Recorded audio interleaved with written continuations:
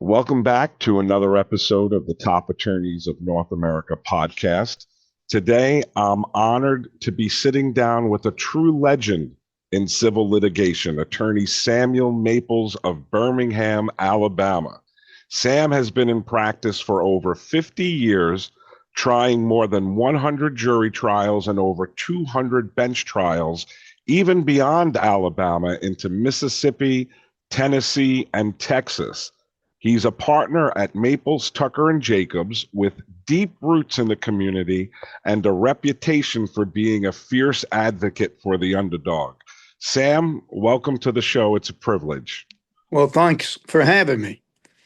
Uh, Excellent. Sam, before we dive into your legal career, I want to circle back to something you and I touched on when we spoke the other day.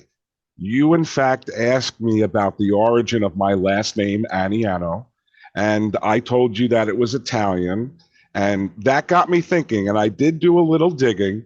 I have to tell you that I was intrigued to learn that in 1910, Italians were actually the largest ethnic group in Birmingham, drawn there by the jobs offered by the mines, the steel production.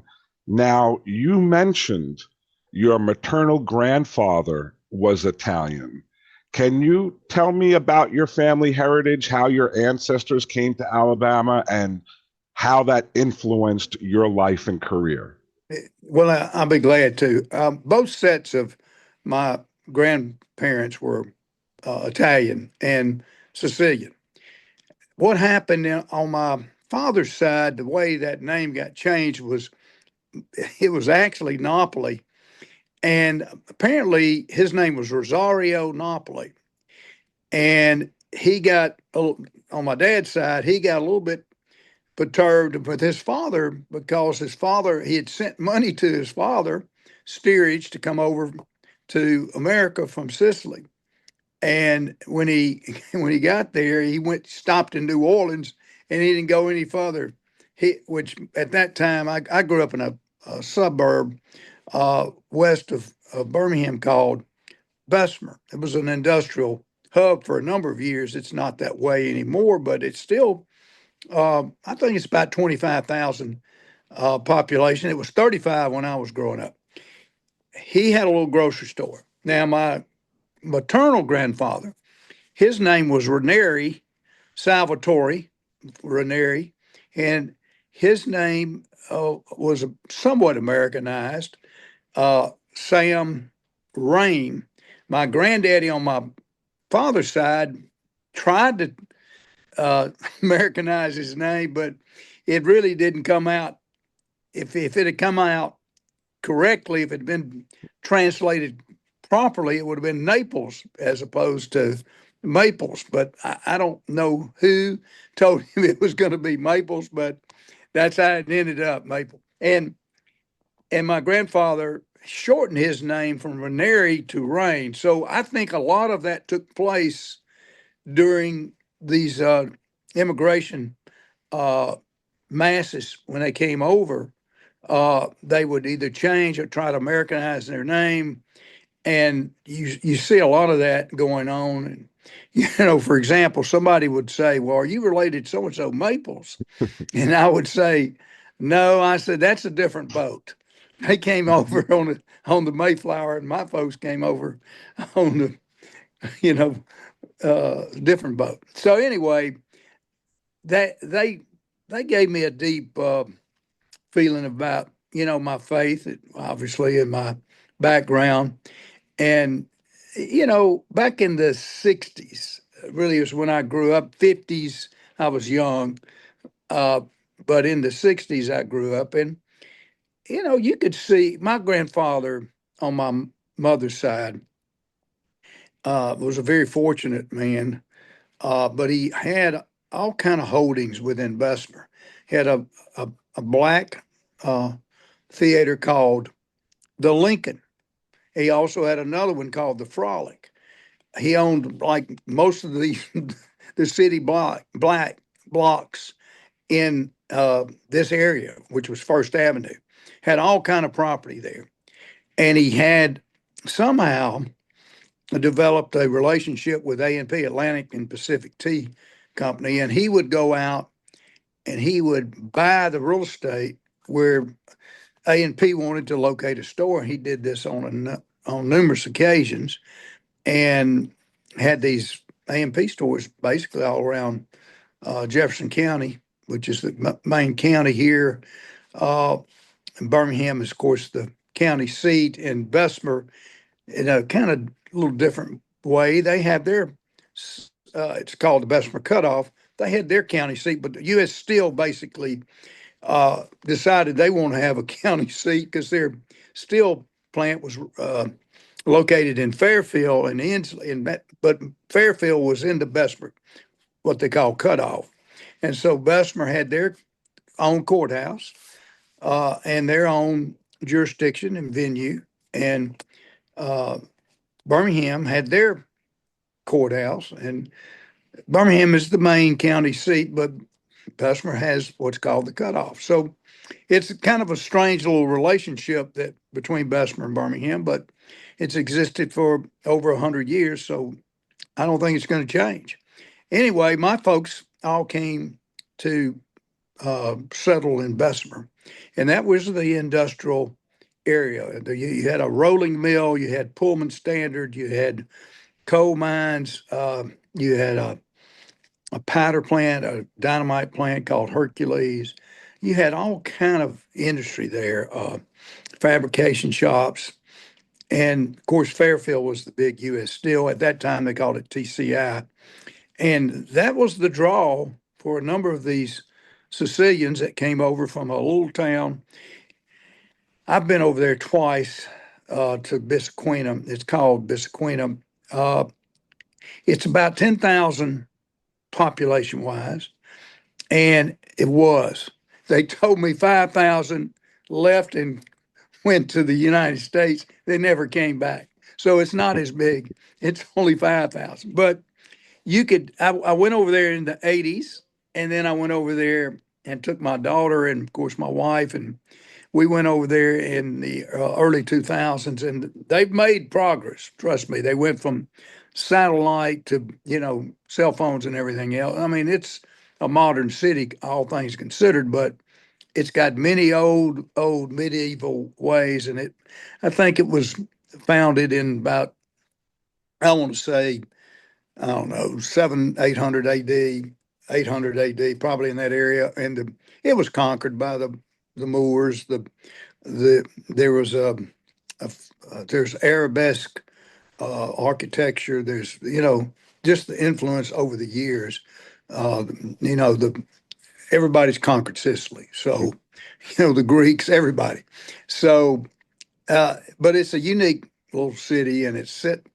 Basically, if you go to Italy, you've probably been, but everything's up on the hill, up on a mountain. And back, I guess in the medieval days, that's what they wanted to do, put the mountain, as a basic fortification and put the city up there near the mountain. And we went all through that. The last time we went there was I think it was around 2006 or seven. And of course, I've been to the mainland, Rome, Milan, all those others, but at different times. But when we went there in 2008 or nine, I remember there was a beautiful, we went to a winery. They call them cantinas. And there was a beautiful, just dark, I mean, black hair, jet black hair lady, probably in her mid to late 20s.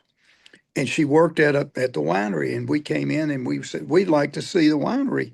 And she started talking to us. And next thing, she could speak fluent English. And we asked her where she was from. And she hesitated. And then she said, Bissaquina, but I don't go back there. She said, I go to New York. I'm going to New York. And that's all she wanted to talk about is the they distributed their wine in New York, and she wanted to go to New York. She didn't want to go back to Bissaquina, but you see that. They leave and they don't come back. And that's what happened to my grandfather on both sides. They left. Now, my grandfather, on my maternal grandfather, when he came over in the, I'm going to say probably 99. He was born in 1883. He lived to be 100. He died in 1983.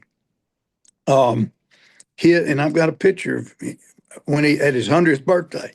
But in any event, he came over and they had connections with various individuals that had already come over in the prior immigration. Uh, like I want to say his father-in-law was a man named Sam Romano. I actually found an obit, and Sam had 6 or 7 children, and one of them obviously was my grandmother. He married, and I think he was from that town, Bissaquina, and so they would all basically come over. I'm not going to say they kissed his ring, but I think he was, the main guy in Bessemer for a number of Italians, and so he came over. I've shown you this book. I have wedding pictures. They got married in 1914, and they had their 50th anniversary and all that. And this book is called, I mentioned it to you, American, what's it say? Italians in the Deep South. That's the title. And it really is a book that's uh, continued to, resonate with me when I read it. It's got all of the folks, and this was published in about 1993 or four. And it really just is a great book. We do have an Italian American Heritage Society here in Birmingham, and it's grown. And they just started 2 or 3 years ago, having an Italian festival, Festa, they've grown that festival, and it's really a great experience, and they've gotten it bigger and bigger and better. Um, and I think they moved it from the summer. Now they're going to do it in the spring, but it's here in Birmingham at the old what was it, old Sloss uh, steel mill over there, blast furnace, and it was prevalent. It was thriving at the turn of the century, and that's kind of a historical site. So that's where they go and have their Italian American festa. It's really nice. They have all of these uh, photographs, stills, and they put them on like a video, as well. But they put them on a screen, and you can go by and you'll see family members. I mean, relatively important individuals that were founding fathers of this area, and it goes back and shows all the various families. And in fact, this book did basically a family tree of all the prominent families in this area. So it was a great book, and it's still relevant today. So, Yes, sir.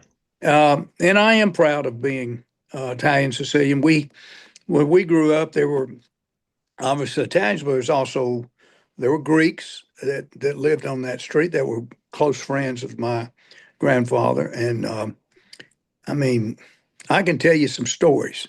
I really can't, but a lot of those stories, my uncle, I don't know if he embellished or not, but he died in 2003, but he had a lot of stories about his father, and he shared those with me, and of course, I was young. I mean, he passed away. I was 32, so I mean, I got to know my grandfather well. Uh, he loved boxing. I think most Italians love that boxing. In fact, if you go to, and I've been there, I don't know if you've been there, in Chicago, I think it was Jerry Colangelo developed this Italian Sports Hall of Fame. And if you go there, you'll see all these Italian sports figures, you know, the boxers, you'll see them. You'll see some of the football players. And what I didn't know, I mean, um, Mickelson, the golfer, his mother obviously was Italian. He got his, it's really, if you get a chance to go and see that, I did. They even had a football player at Alabama. He played a little bit with the Chicago Bears. He played in the Canadian Football League. His name was Johnny Musso. Now he was on the east side of Birmingham.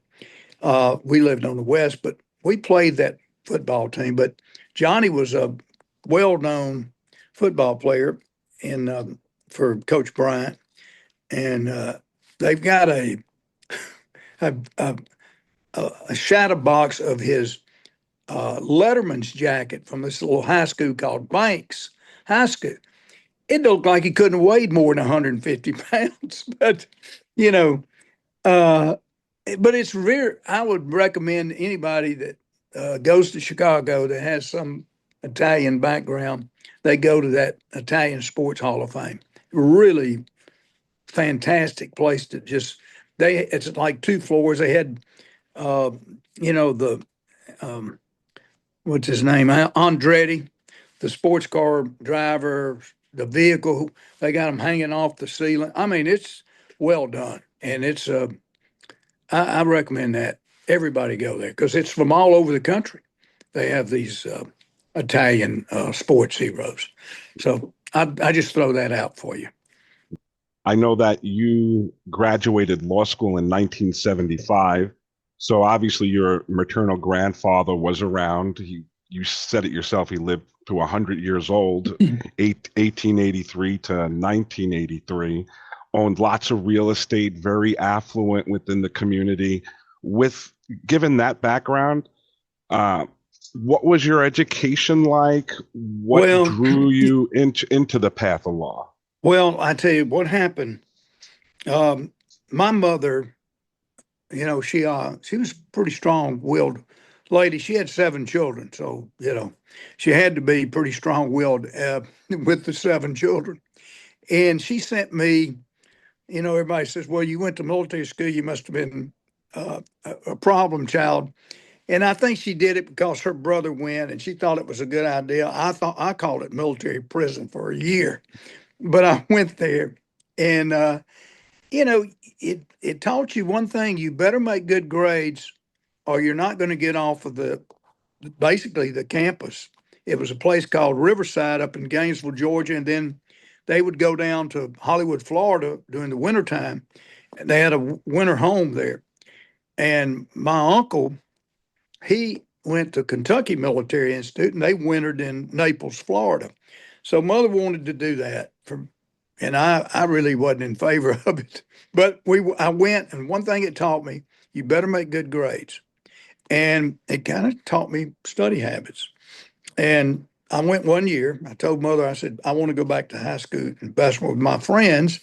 I don't want to go back to military school. But yet, to this day, I still know some of the individuals that I attended military school with. In any event, came back, studied, and I made good grades, and I just decided and played sports, and I just decided, well, you know, I'll I became a parliamentarian.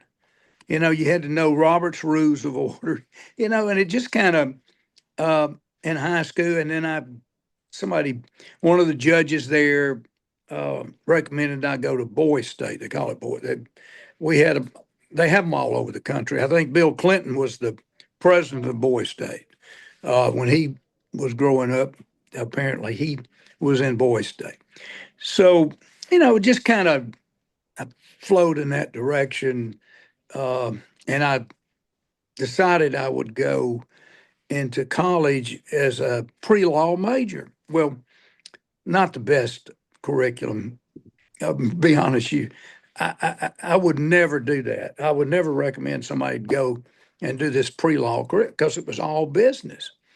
And I decided I would take arts and sciences, and that's what I ended up doing. Got out, and I think to be a lawyer, you need to have a very broad base of knowledge. And I think the pre-law curriculum confined you, to the business areas and all, and you needed a broader, and that's what arts and sciences provides, a very much broader base. So that's what I ended up doing. And when you're a political science major, you don't have many choices.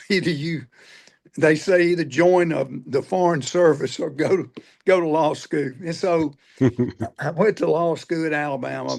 I I'd made good grades, went to law school, um, and got out of law school. And uh, I my uncle he had a hotel in Birmingham, and after I graduated, we had family. I had a backup plan. If I didn't pass the bar exam, I was going straight to Las Vegas because I had family with ties in Las Vegas, and um, they were my mother's side of the family, and I used to go there, and they had back then they'd call them junkets, and they would take people out to Las Vegas. Birmingham was very uh, well known for its junkets from Birmingham to Las Vegas. In any event, with all these Italians and Greeks and Lebanese and all these uh, Mediterranean folks on it most of the time.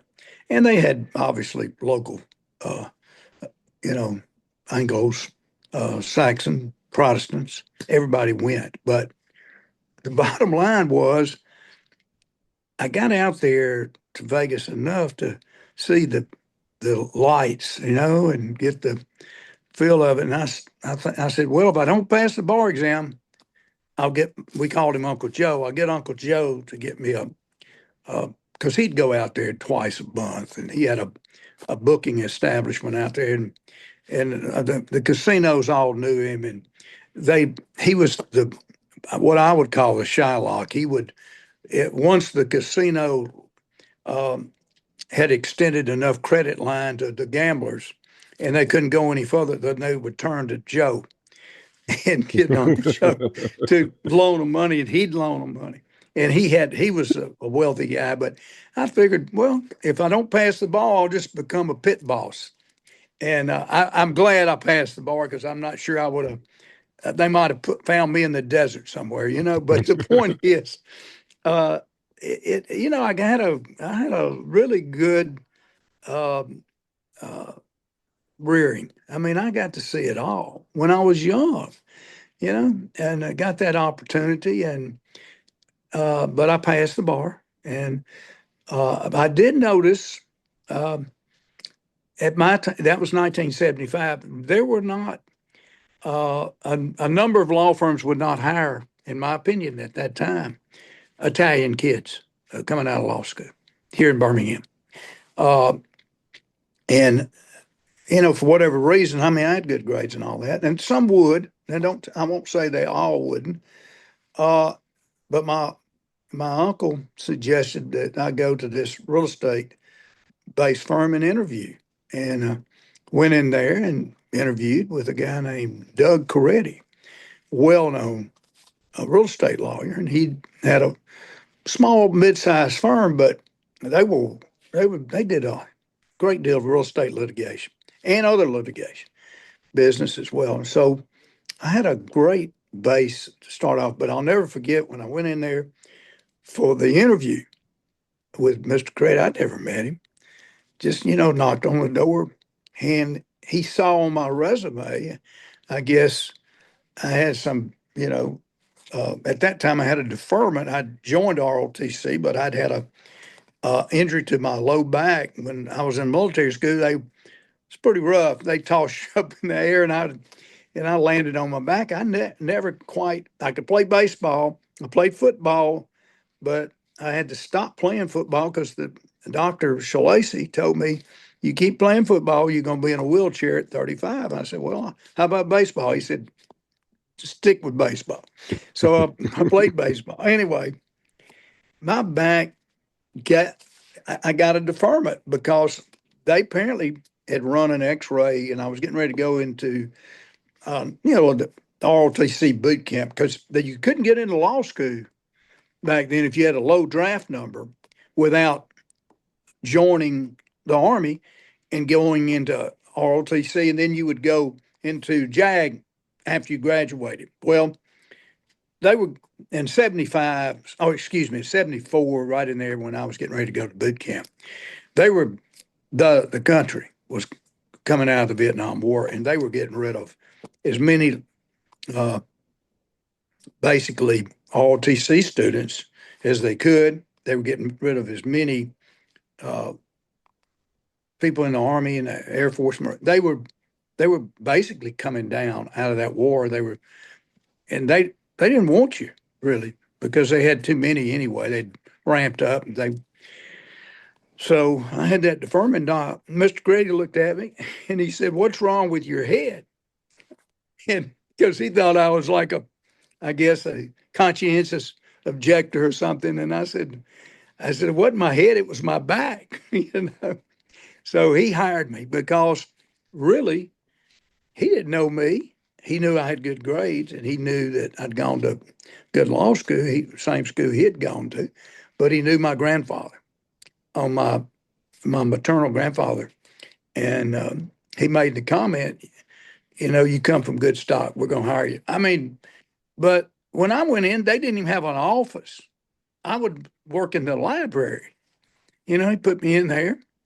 And of course, I hadn't passed the bar because I'd taken the bar exam, hadn't passed it. So I was working in the library as my office. That was my office. And I never forget this guy. He'd come in. There were 5 or 6 lawyers at the time. And after I passed the bar, he would. It was almost like dealing cards, but he had a stack of files, a foot or so high, and he would give each lawyer 3 or 4 files. You hadn't even met the client. He said, "Just go down to the courthouse and meet the client. He's expecting you." It, you talk about, you better learn how to think on your feet quick because you didn't even, look at the file to that morning. And it was quite an experience. I wouldn't put anybody through what I went through, but you learned in a hurry. And Yes, sir. and we tried lawsuits. That's why I had so many cases. I tried so many of them. Now they don't try those cases like it today. Like we used to try. We tried 3 cases, jury cases in a month without even missing a beat. Now you're lucky to try 3 in a year. Mm. I've got some mediation thing. The law practice has changed so much, but I really, I really felt I left after 10 years for a number of reasons, but he treated me, Doug. I had an ownership interest in the building, and that we had a building and that we put the law firm in, and he treated me like a prince when I left. God, he was just the greatest guy. And he didn't want me to leave. And I think I probably got a little too hasty about leaving. I shouldn't have left maybe, but he was the preeminent real estate attorney in Birmingham, one of them. And he ended up becoming, they have this Hall of Fame. Of course, the requirement for lawyers, the requirement is, of course, you be dead before you get into the Hall of Fame. But he was, I want to say about 3 years ago. I'm going to say it was about 3. I think it was post-COVID, but he got into the Hall of Fame, or they nominated him. And there was an Italian lawyer that I knew well, and he'd worked for an Italian attorney. His name was Sam Rumore, and he established this Hall of Fame for lawyers. And it started, 7 or 8 years ago, and it's really maybe longer.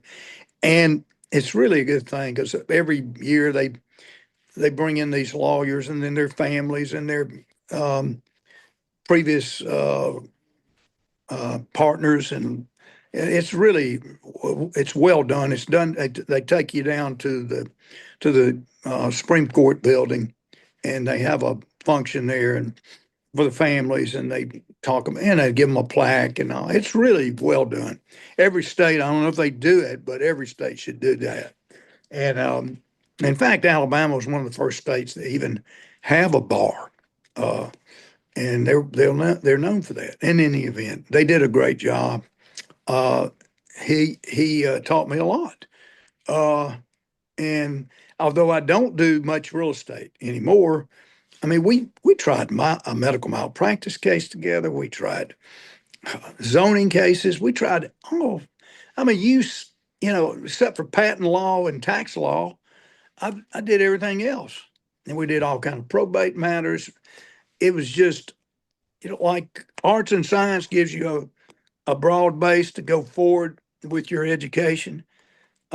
In my opinion, so did Doug Coretti give me a broad base because I mean, you do it all. You can take from all those experiences where you were doing different, um, you know, specialties that you can still use in other cases. I mean, it still comes back. Such and I did this, I did that, and it really you didn't think about that when you were doing it. Mm. But now looking back, oh yeah, that was the best legal education that you could get is working at that type of law firm, and it really, it really has served me well over the years because here I am 50 years still doing it. And I went to my my sister's mother-in-law's funeral. She was 94 and lived a full life, great lady.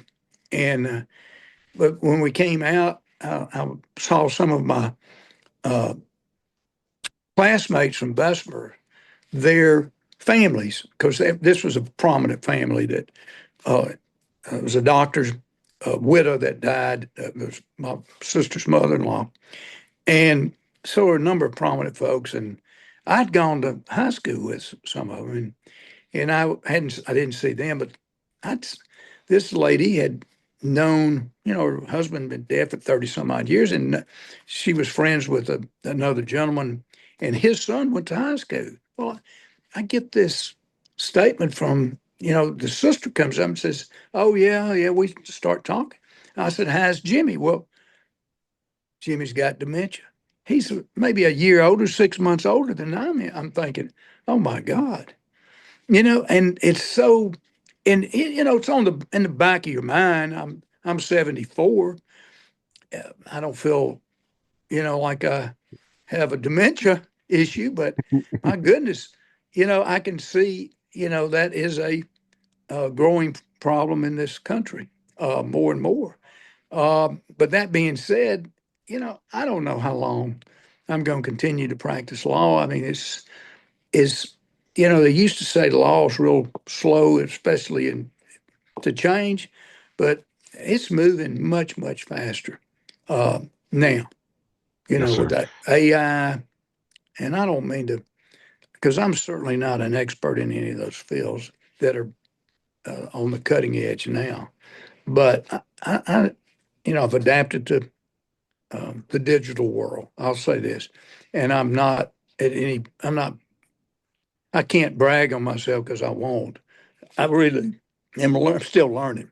But the point is, it's moving at a very rapid pace, the Yes, practice of sir. law. It really is. And I just, it's night and day different from 45, you know, years ago when I was, trying all these cases left and right.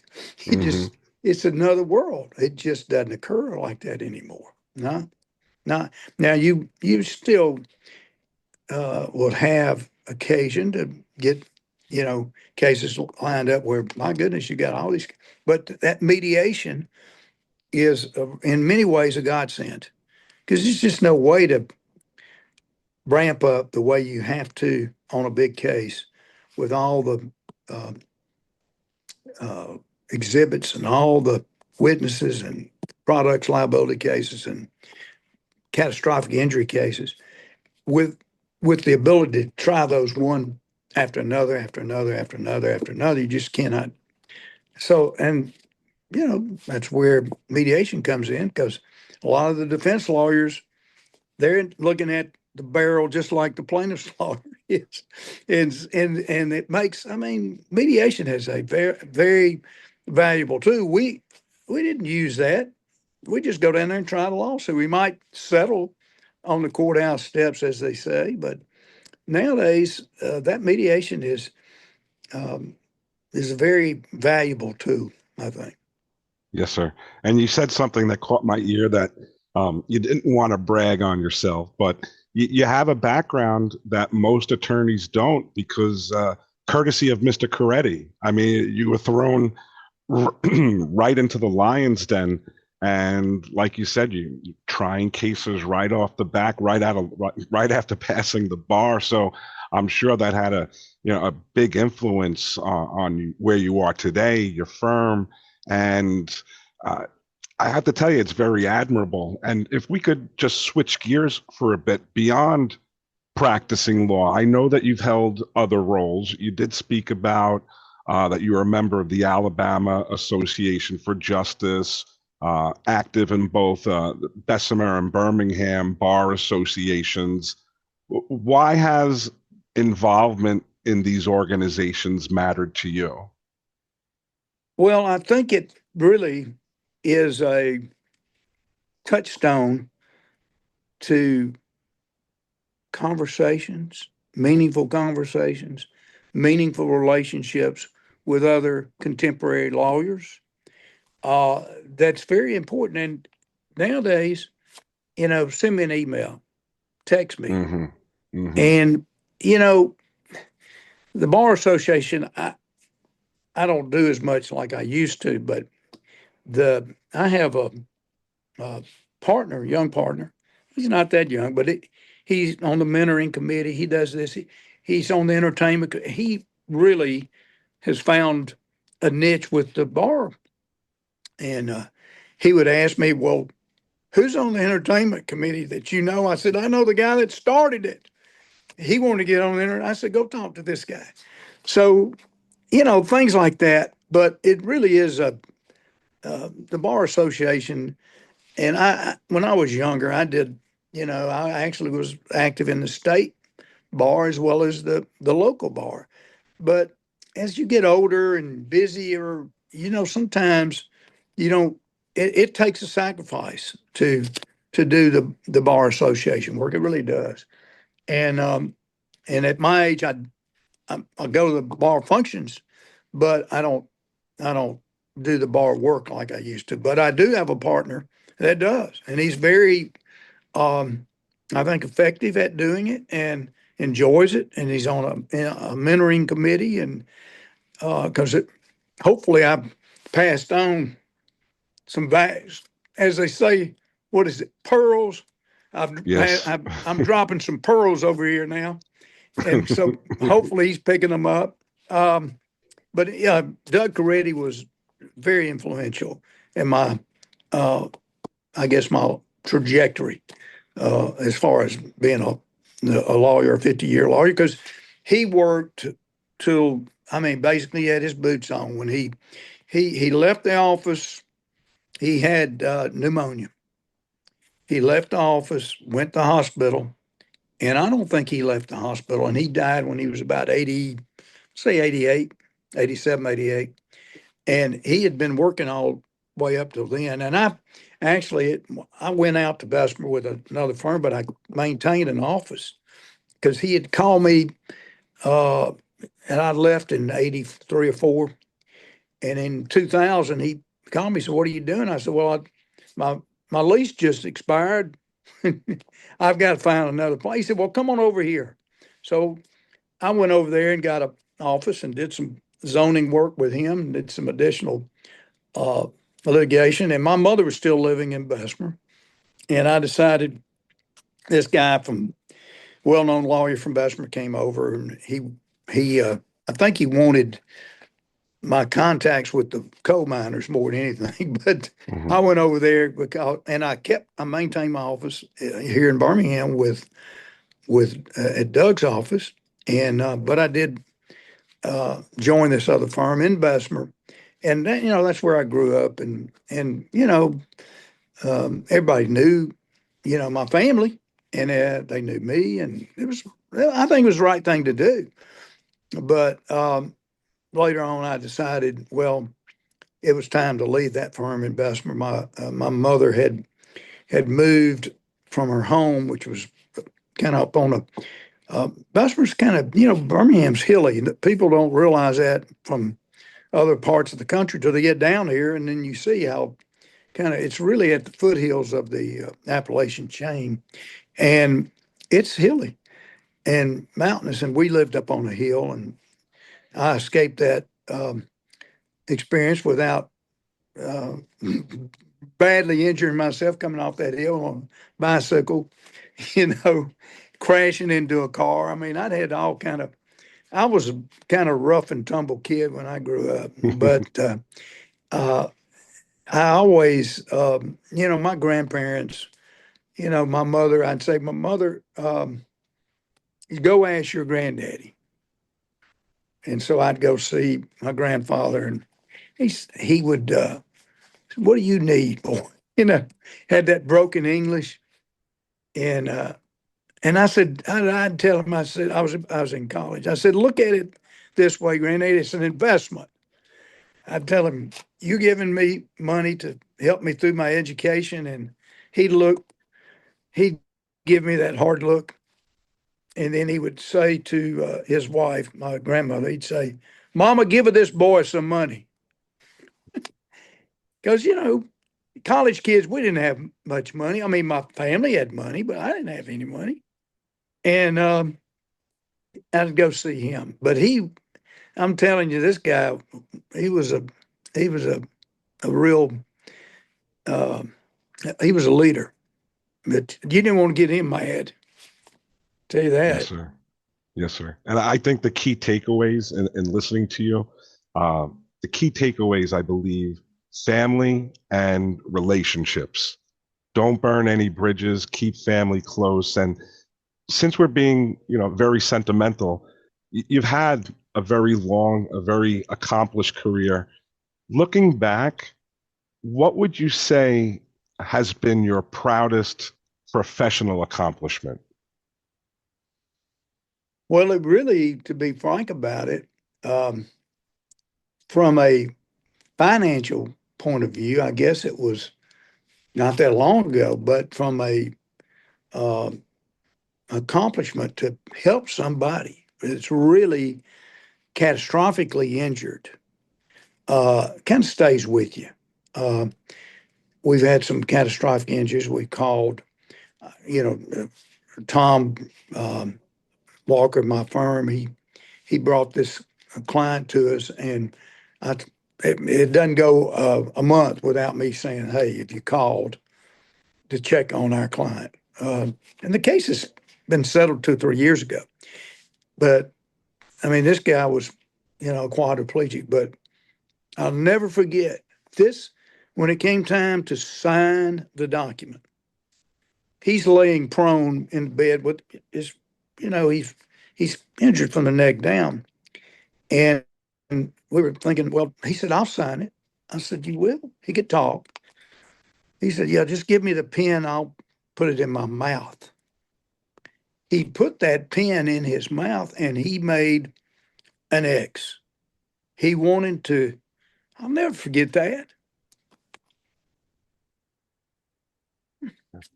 But that guy made it. And the defense didn't want him to make it.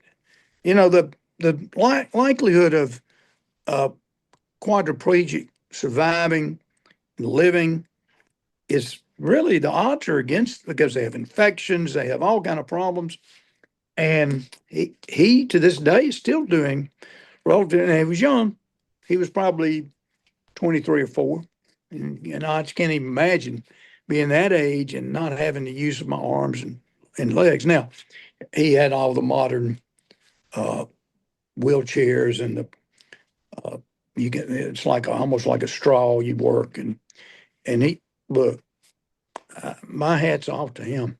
But he was to see, and then of course I went one time. I saw the judge that was a federal judge that had the case, and we didn't want this federal judge to hear the case. We wanted the state judge to hear the case because it was a state case, and most of the federal judges are very conservative around here.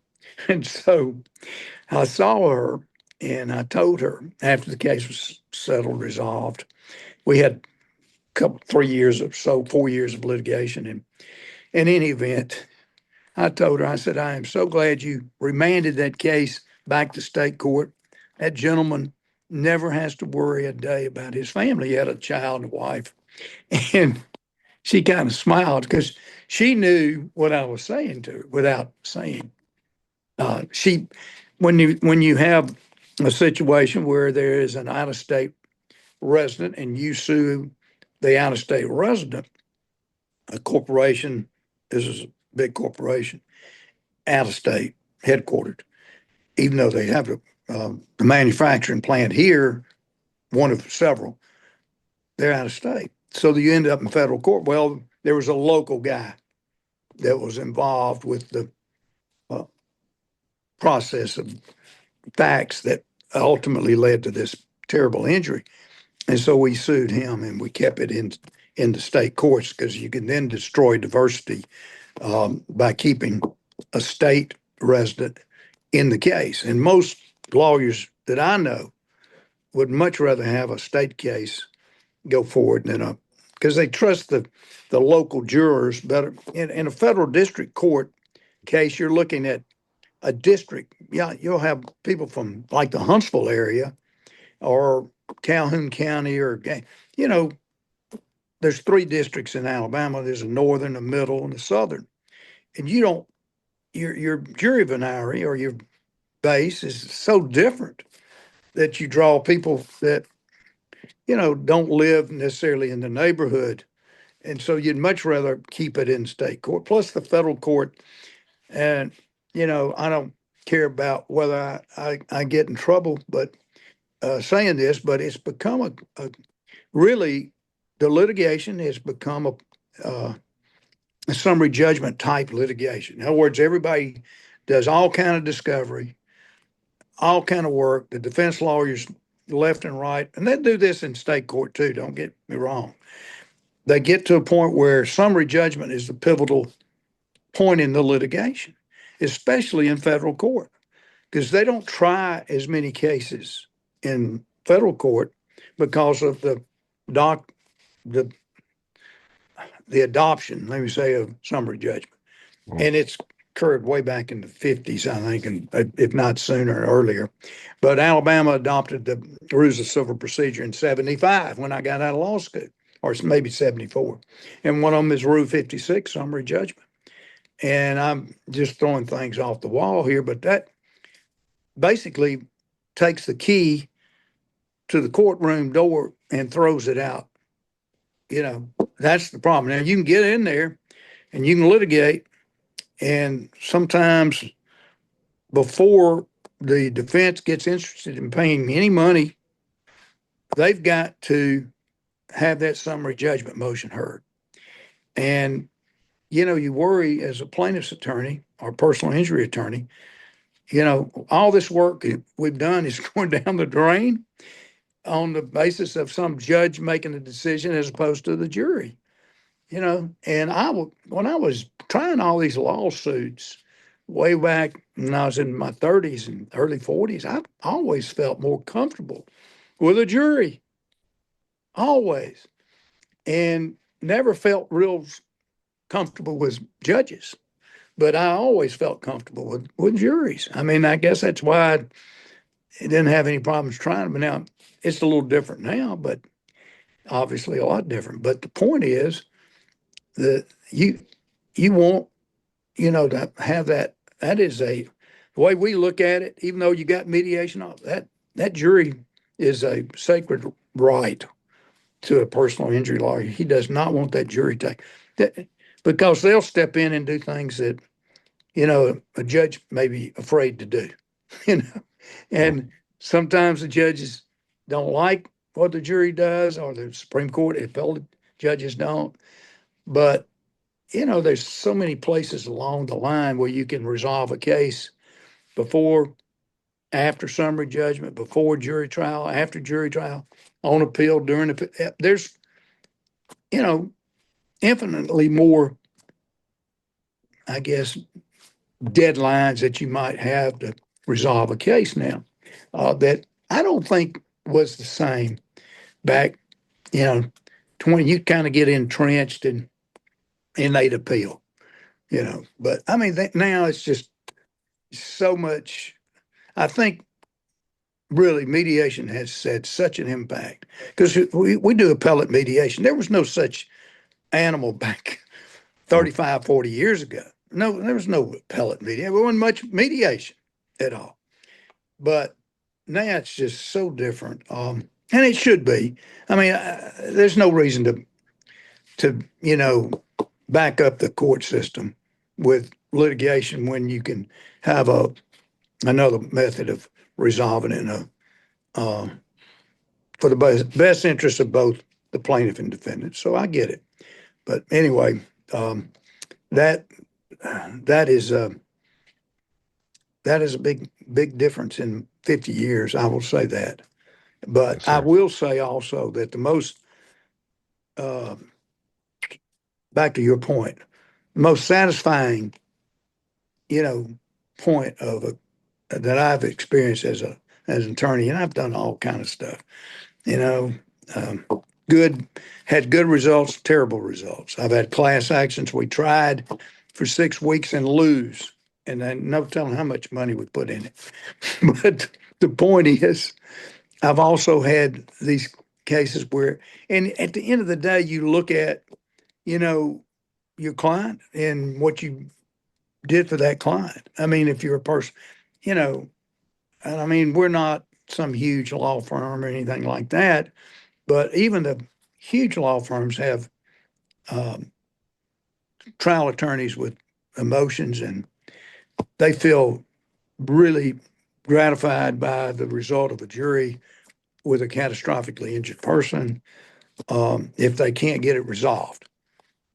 Yes, That sir. is a big uh, point. So I would say any type of catastrophically injured person, if you're a personal injury lawyer and you end up with a good result, uh, whether through a substantially long period of litigating the case, whether you end up going to trial or end up mediating the case and resolving it, that's a very important, I think, point. You make the money, but you really you wouldn't feel good making money unless you satisfied that client's needs. And they look, when they're catastrophically injured, there is a substantial amount of pressure on both sides, the plaintiff and the defendant. And so that was in that respect, yeah. What have you accomplished that you really feel proud of? I'd say that helping those individuals.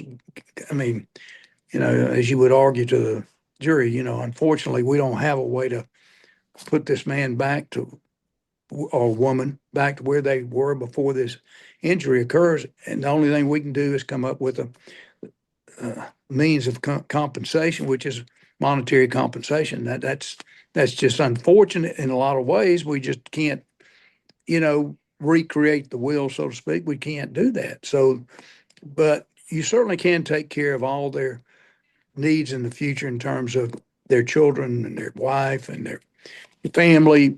That matters. So, from that end, I get it. And I mean, I think helping develop lawyers, yeah, that's kind of, I mean, with the firm, so they can keep going. When I become of counsel and just come in and say, "Hey guys, what's going on?" But well, I hadn't reached that point yet. I hear you. Thank you very much for that, Sam. I really appreciate that answer. Very, very touching. A lot of passion there. The client signing the paper with their mouth. I mean, uh, Jesus. yeah. Uh, a lot of pearls. A lot of pearls, like you said. Let's drop one more pearl.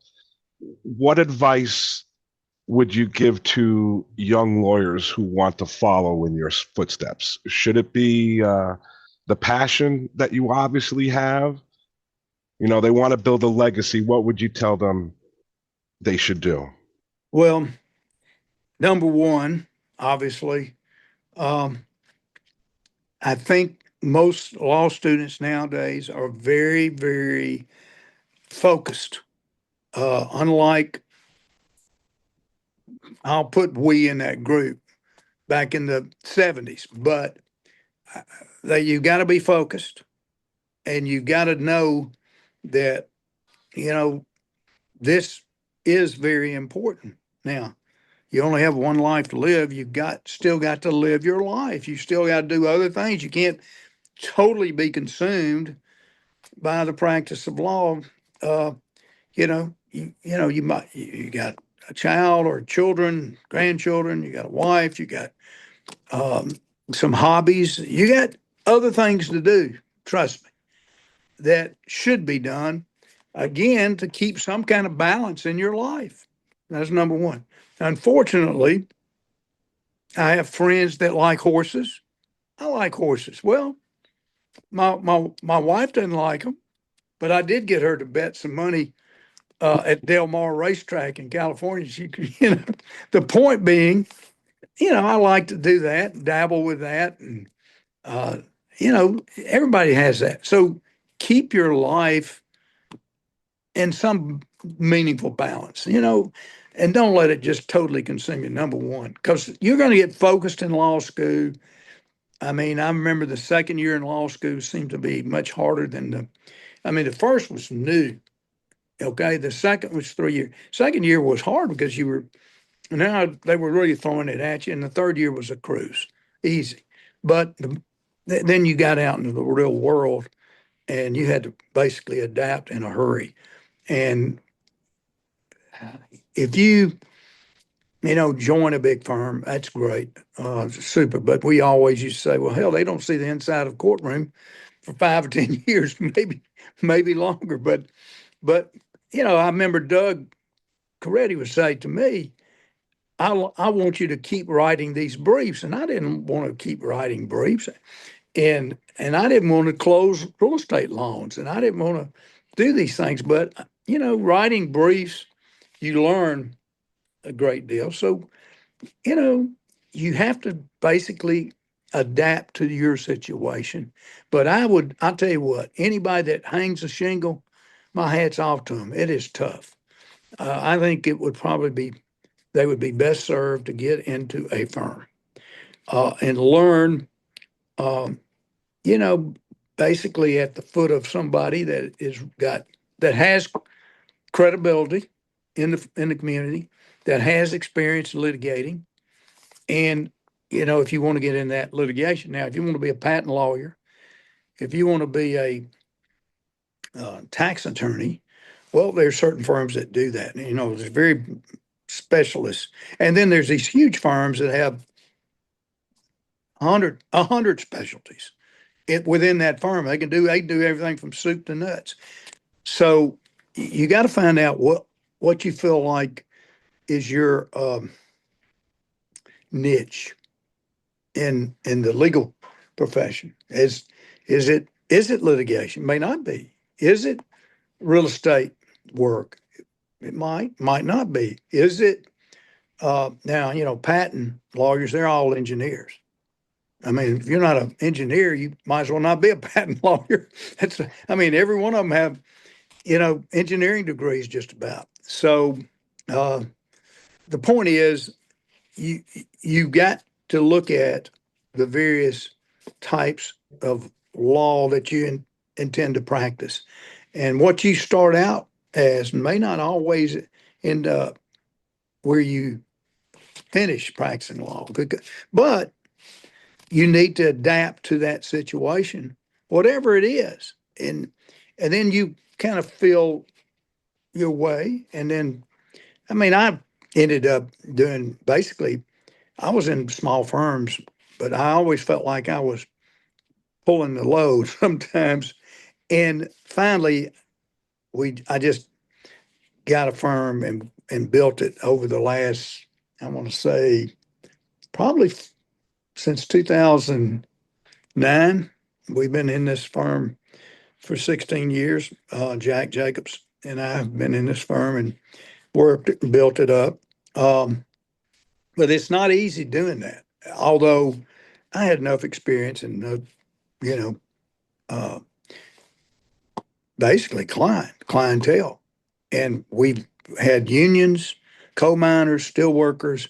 We could have done it without them. I mean, they would send us cases because we had had previous experiences with them uh, in a positive fashion, and so it as you, of course, unfortunately, I think the coal mines, the unions, they're taking a beating, the unions, because there's just not as many coal mines, not as many coal miners, and not as many unionized coal miners. So that's you know uh, a situation where, hey, do you need to adjust your client base? You might, um, but you might not. I mean, we do a lot of a whole great deal of black lung work. It just goes without saying that when you work in a coal mine, you're exposed to all kind of toxins.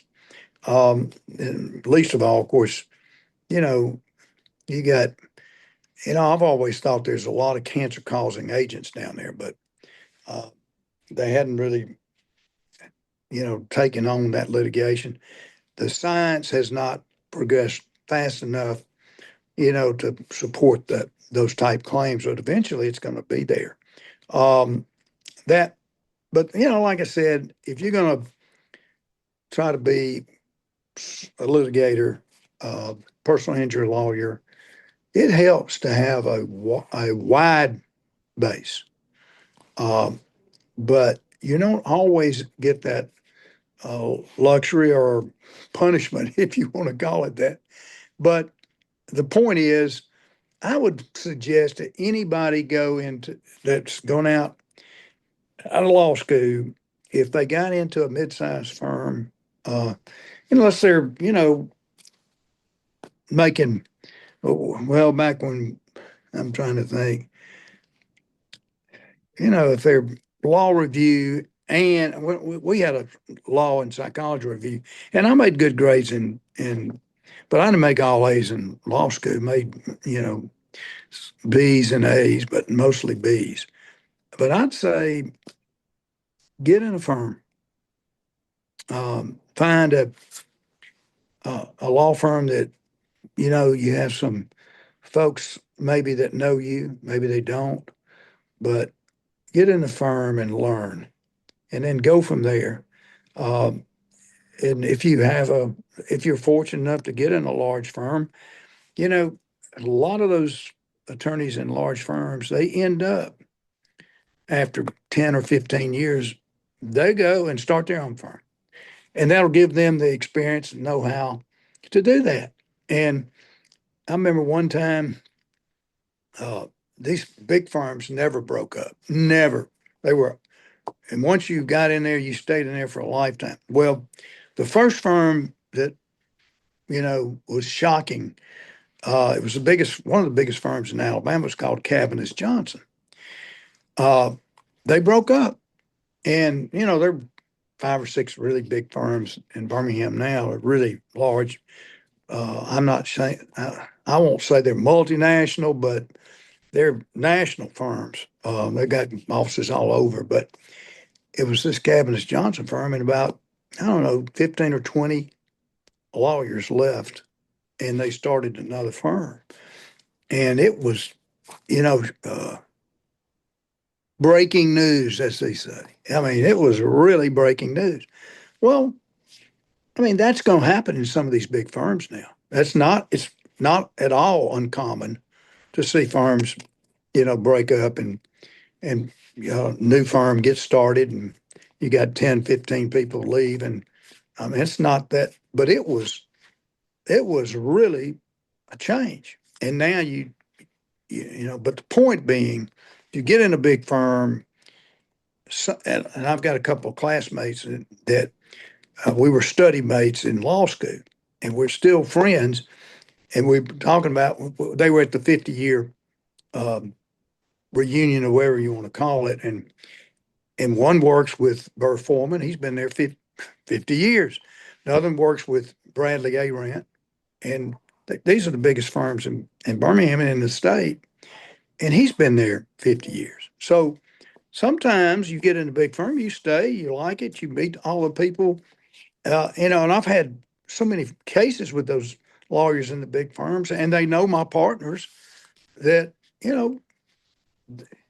I can converse with them with ease. Um, but the point is, I would suggest any young lawyer coming out of law school to get in a law firm, and you may have to uh, eat a little humble pie, maybe, uh, but you learn doing it, and then once you have that knowledge, it may take 5 years, it may take 10 years, you may work in that same firm for the rest of your legal career. But the point is, it is most difficult to just go straight from law school to hanging up a shingle. And some lawyers do that in small towns because they have connections. I get it. But if you're coming into a major urban area and you're going to practice law, you need to get with a law firm. That's it. Yes, sir. Thank you very much for sharing that, Sam. I'm very confident that our listeners enjoyed hearing about your legal skill, your roots, most importantly, your character. 50 years in practice, definitely not a small feat. You're still going strong, fighting hard for those who need it most.